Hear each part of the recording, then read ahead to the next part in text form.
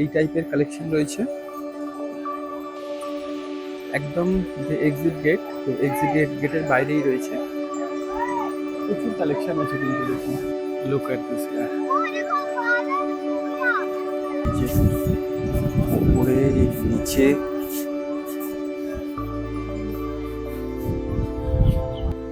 Good morning. আজ আমাদের last দিন। আজকে আমরা অমৃতসর থেকে যাচ্ছি চণ্ডীগড়। তো রাস্তায় যে সমস্ত সাইট সিনগুলো আছে করবো। ফার্স্ট আমরা এখান থেকে যাব জালিয়ানওয়ালাবাগ। তো নেক্সট ওখান থেকে আমরা যাব ওয়াঘা বর্ডার। আর মিডলে যদি কোনো কিছু দেখা হয় দেখছি। তো চলুন যাওয়া যাক। তো এখন যাচ্ছি জালিয়ানওয়ালাবাগ। তো এটা কিন্তু যে অমৃতসরের গোল্ডেন টেম্পল আছে, গোল্ডেন টেম্পলের একই রাস্তা থেকে কিন্তু যেতে হয়। এই যে আমার পেছনে দেখতে পাচ্ছেন স্ট্যাচুটা, এই অনেকগুলো মাথাওয়ালা একটা স্ট্যাচু রয়েছে। এই স্ট্যাচুর ঠিক অপোজিট দিয়ে কিন্তু ঢুকতে হয়। এখন যাচ্ছে এই যে জালিয়ানওয়ালাবাগ। এটাই হচ্ছে সেই অভিশপ্ত দেওয়াল যেখানে রোলার অ্যাটাকের জন্য যে গ্যাদার হয়েছিল, প্রচুর লোকের ক্রাউড হয়েছিল। সেই ক্রাউডে General Dyer without any permission, without any hesitated গুলি চালানোর আদেশ দিয়েছিল। তো সেইটাই হচ্ছে সেই 36টা বুলেট এইখানে কিন্তু এসে লেগেছিল। তো এই সেই অভিশপ্ত দেওয়াল মার্ক করা রয়েছে দেওয়ালগুলোতে। আমাদের ইতিহাসে এত কিছু রয়েছে যেটা আমরা এখন ম্যাক্সিমাম লোকজনই জানি না। তো এই সমস্ত মানে একটা সময় এই সমস্ত বিপ্লব যদি না আসতো আজ আমরা কোথায় থাকতাম। তো তারই হিস্ট্রি নিয়ে এখানে সব কিছু রয়েছে। জালিয়ানওয়ালাবাগের যে হত্যাকাণ্ডটা হয়েছিল সেটা কিন্তু এই পাঞ্জাবের অমৃতসরে। তো সেটারই সব কিছু এখানে রাখা রয়েছে এখনো স্মৃতি হিসাবে।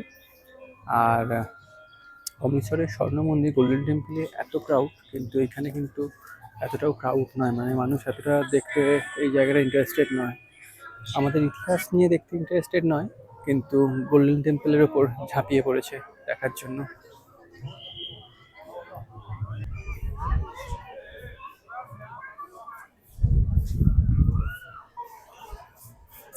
এখানে সেই স্মৃতিসৌধগুলো করা রয়েছে। এখানেও কিন্তু প্রচুর বুলেটের দাগ, মানে বুলেট লেগেছিল সেই বুলেটের দাগগুলো করা রয়েছে। এই যে উপরে নিচে।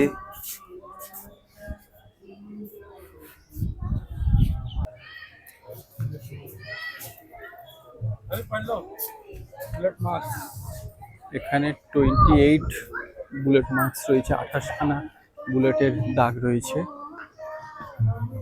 মানে পুরো জায়গাটা জুড়ে, এই যে এত বড় জায়গা, পুরো জায়গাটা জুড়ে কিন্তু সৈনিকদের আটকে রেখে গুলি চালানো হয়েছিল। মানে নিরস্ত্রভাবে তাদের মারা হয়েছে। তাদেরকে হাতে কোনো তাদের অপশানই ছিল না যে তাদের সুরক্ষা করার বা মানে নিজেদেরকে বাঁচানোর কোনো রকম তাদের অপশানই ছিল না। আমার এই ভিডিওটা হয়তো একটু লেন্দি হয়ে যাচ্ছে বা ব্যাকগ্রাউন্ডে কিছু ভয়েস নেই বলে ভালো লাগছে না, কিন্তু যেহেতু আমার জায়গাটা খুব ভালো লেগেছে তো চেষ্টা করলাম এই জায়গাটা একটু কিছুটা এক্সপ্লোর করে দেখানো। সব জায়গাটা দেখানো সম্ভব হচ্ছে না কারণ কি ব্যাকগ্রাউন্ডে অনেক গান এখানে বাজছে, যেগুলো আমাদের দেশাত্মবোধক গান। তো সেগুলো কিন্তু আমার যা ধারণা এটা যদি দেওয়া হয় ইউটিউবে তো কপিরাইট স্ট্রাইক এসে যাবে। তো আমি সেই সমস্ত ক্লিপগুলো বাদ দিয়ে দিলাম। তো এবার বেরিয়ে যাব, আমাদের জালিয়ানওয়ালাবাগ দেখা কমপ্লিট। আচ্ছা, এখানের পাঞ্জাবের যে ট্র্যাডিশনাল স্যুট আছে, মানে যে লেডিস গার্মেন্ট রয়েছে, সালোয়ার, তারপর আপনার কুর্তি, এই টাইপের যে সমস্ত জিনিসগুলো রয়েছে এখানের প্রচুর কালেকশন আছে। কিন্তু মোটামুটি স্টার্টিং প্রাইস 500 থেকে মানে 500 থেকে মোটামুটি স্টার্টিং প্রাইস। আর প্রচুর টাইপের ওড়না রয়েছে, যে সমস্ত ওড়নাগুলো আছে 200 টাকা থেকে 1500 থেকে মানে 200 থেকে সেই 10,000 পর্যন্ত ওড়না রয়েছে। তো যাদের পছন্দ নিতে পারেন, এই টাইপের কালেকশন রয়েছে। একদম যে এক্সিট গেট, তো এক্সিট গেটের বাইরেই রয়েছে। প্রচুর কালেকশন আছে কিন্তু দেখুন। এখন আমরা যাচ্ছি ওয়াঘা বর্ডার। এখান থেকে কিন্তু ডিস্টেন্স বেশিক্ষণের নয়, ওই 45 মিনিট 1 ঘন্টা মতো গাড়িতে লাগছে। চলুন যাওয়া যাক ওয়াঘা বর্ডার। আমরা এখন ওয়াঘা বর্ডার ঢুকছি। তো ফার্স্ট প্রথমে গাড়ির কিন্তু একটা পার্কিং চার্জ নিয়ে নেবে 25 টাকা করে, নিয়ে গাড়িটা এখানে পার্কিং হবে আর আমরা ভেতরে যাব।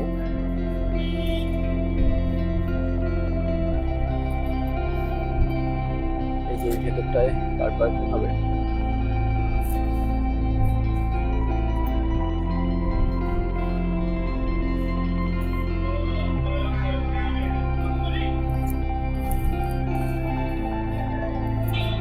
তো ওয়াঘা বর্ডার পৌঁছালাম, এবার যাব বর্ডারটা দেখতে। একদম এখান থেকে সামনেই গাড়ির কার পার্কিং কিন্তু আমাদের হয়ে গেল।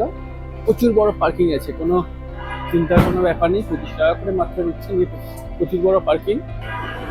বর্ডারে কিন্তু বড় লাগেজ অ্যালাউ নয়, শুধু পার্স, ফোন, ছোট ক্যামেরা এই সমস্ত অ্যালাউ।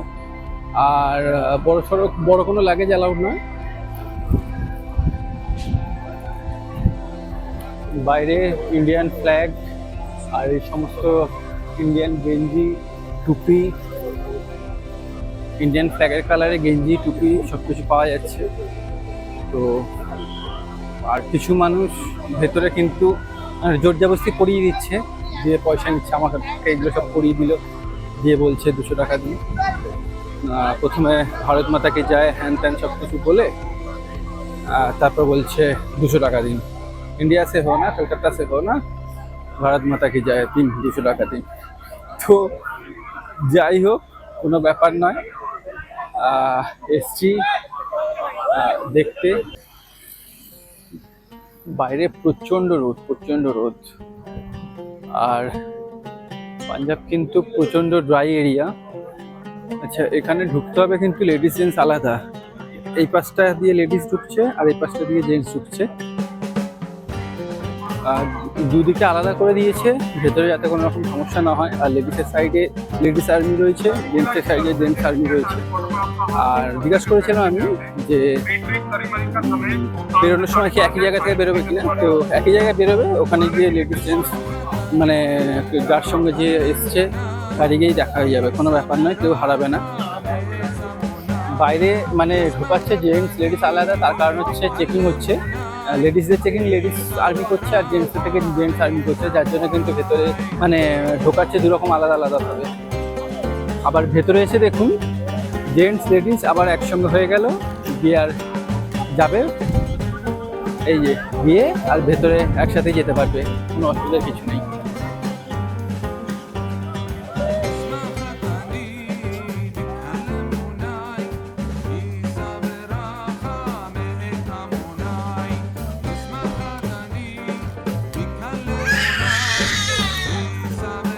ভেতরে কিন্তু অনেক খাওয়ার দোকান রয়েছে, মানে আইসক্রিম, চকলেট, চা, কফি আর জল, তারপর পপকর্ন, সিঙ্গারা, মানে অনেক টাইপের খাওয়ার দোকান রয়েছে। তো এখানে এসেও আপনারা ছোটোখাটো কিছু কিনে নিয়ে খেতে পারেন। দামটা একটু বেশি, মানে বেশি মিনস এমআরপির থেকে 5-10 টাকা করে দামটা বেশি, এমন কিছু নয়। এই যে এসে গেছি। Wow, look at this guy.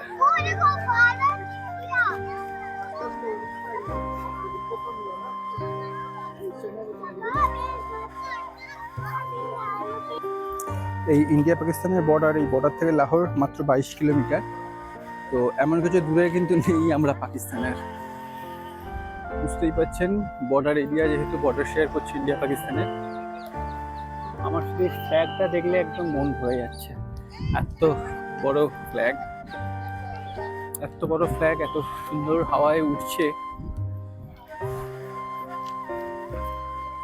খুব ভালো লাগছে। বাইরে ভেতরে প্রচণ্ড রোদ, যার জন্য একটু গরম হচ্ছে।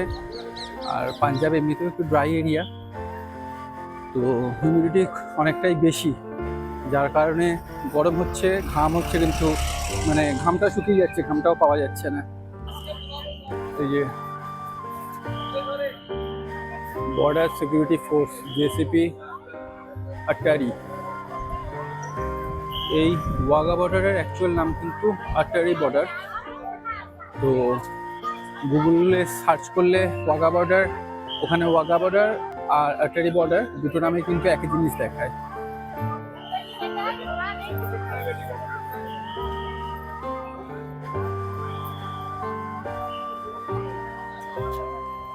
দেখুন এখানে একটা পুরোনো দিনের কামান রাখা, এটা দিয়ে কিন্তু আগে মানে যুদ্ধ হয়েছে। আচ্ছা, এইটা ঠিক লেফট সাইডে যে এন্ট্রি রয়েছে, এই এন্ট্রিটা দিয়ে ঢুকতে হবে। এই সিঁড়ি দিয়ে সোজা উপরে উঠে যাবো।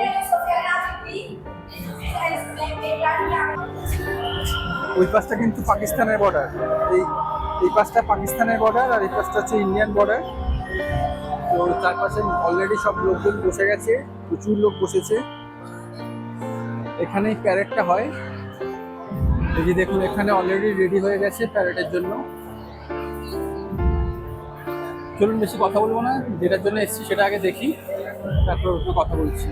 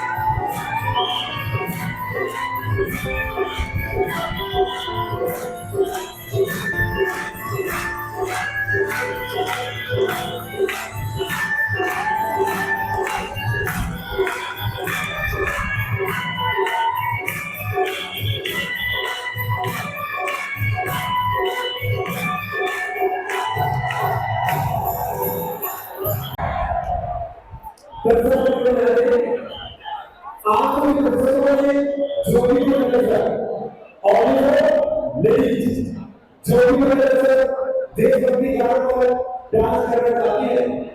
अब जो डांस करने की इच्छुक है वो क्रिकेट के लिए नीचे आए।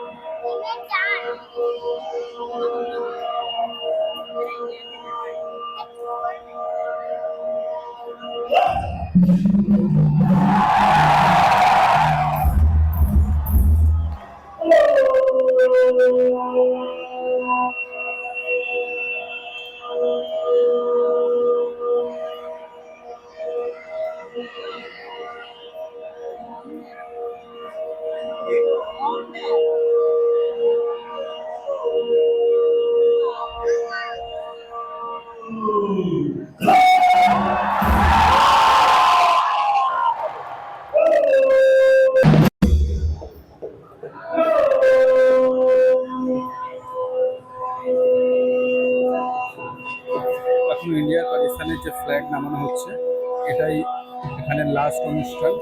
এটা হয়ে গিয়ে কিন্তু লাগাবাটোর আবার বন্ধ হয়ে যাবে।